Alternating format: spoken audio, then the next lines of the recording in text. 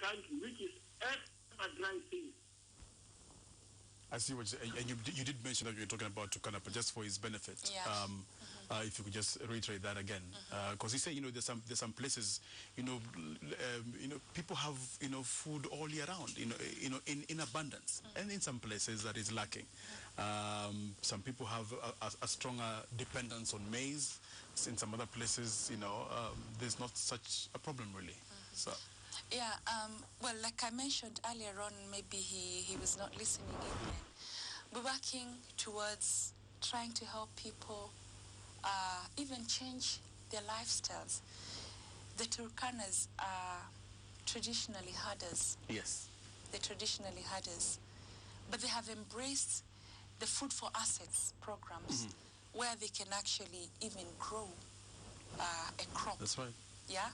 You see, that's again a step towards changing people's mindsets and what they need to eat. I was excited to read in the other day in the newspapers that the Turkanas now are actually heading more towards fishing also. Yes. They have Lake Turkana there. Yes. And that's where we need to have diversification of our diets, not to stick to one diet that if I'm a maize person, that's where I'll stick. If I'm a meat person, that's where I'll stick. If I can be able to diversify, then it means when the season is good, then I have a crop.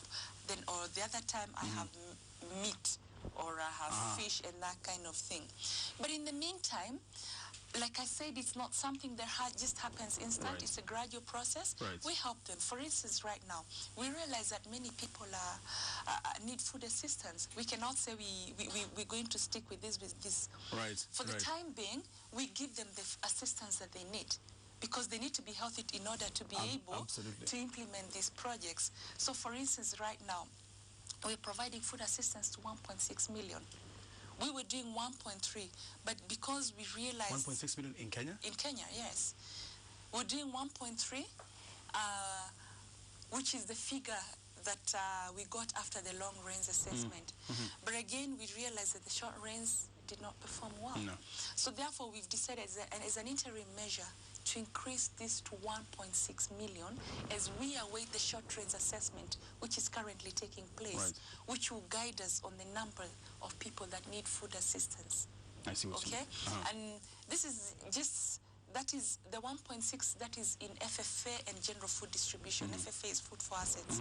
But we also have another 180,000 in other programs, supplementary feeding programs, like programs for people with HIV and AIDS, pregnant and nursing mothers, and children under 5. The children under 5 that are at risk of malnutrition. We are also providing food assistance to school children because we realize that this is a safety net, in order to keep kids in school so that they get an education, so that they have a better future. That's right. That is not necessarily a wanting situation. Then they need to go to get an education. You've done that very well, by the way. Yeah, so we have food. Right now we're providing school meals for 670,500 school children in arid and semi-arid areas and in the slums of Nairobi. Wow. In fact, that was going to be my next question. How bad is it in the urban areas? Because we seem to always think about areas that where they are more pastoralists, or they're more it's a dry area.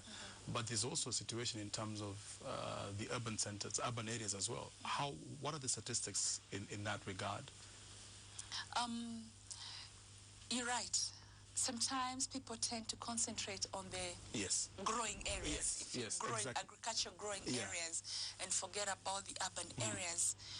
And we realized that there was a serious need there.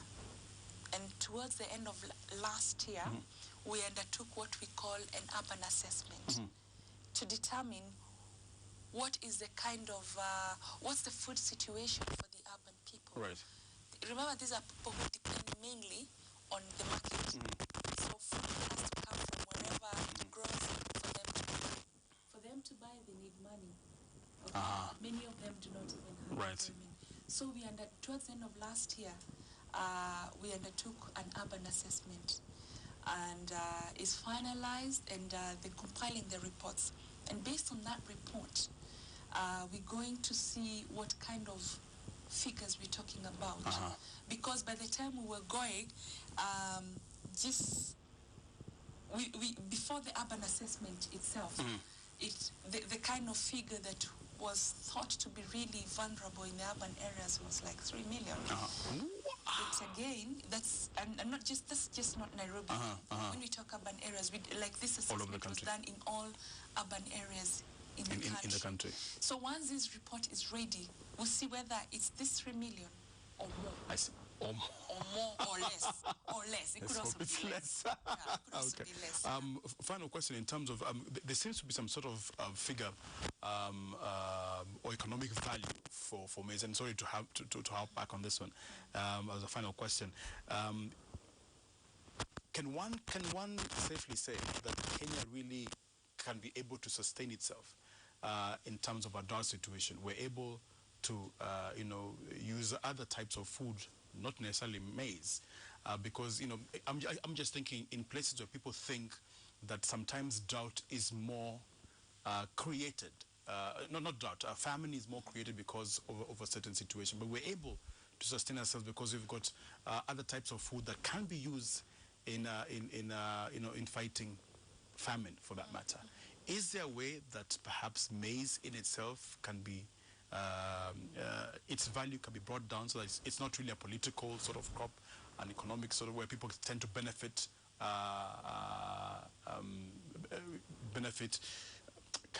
I'm trying to say, benefit not on behalf, but benefit at the expense of the Mwananchi? Okay. I don't know. I really don't think we need to really bedevil maize. You understand what I'm saying? I mean, maize, sugar also goes through the same thing. Yet we've got potatoes, yams, sorghum that can be used to alleviate the situation. That's what we are encouraging, particularly people who are in areas that are not maize. They don't do very well in terms of maize production. That's why we're saying we need to encourage them to grow drought. And not just production, because what happens a lot is imported. You find these, the two ships, waiting at the port, to sort out this whole famine situation. Well, really? For instance, for now, let's even not talk about ship. Let's talk about it now. What if, yes, exactly, and it goes bad, yes. That in western parts of the country, right. There was a bumper harvest. Yes. So I guess what needs to be done is to ensure that it gets to areas where they're not. I see, on time, right. Yeah, and I guess once because you see the thing is, if there's food in the market, it's easier to buy it. Okay? But if it all stays in Western Kenya, then it's going to be a problem. Yeah? I see. So we need to work out ways of ensuring that it goes to areas where it's needed for people to buy. Okay? True. And for WFP, for instance, what we are doing as much as possible, and where we can, we do local purchases, even from those big maize harvests. Where we can, we do local purchases instead of importing. I see. Okay? Then we take it to wherever people need it.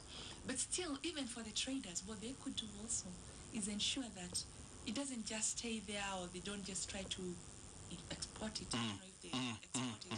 Also try and take it to other regions of this country where it's most needed. And sell it there.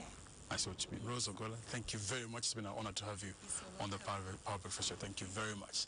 Johnson Mokazi is next with the news. You stay with us. We'll be right back.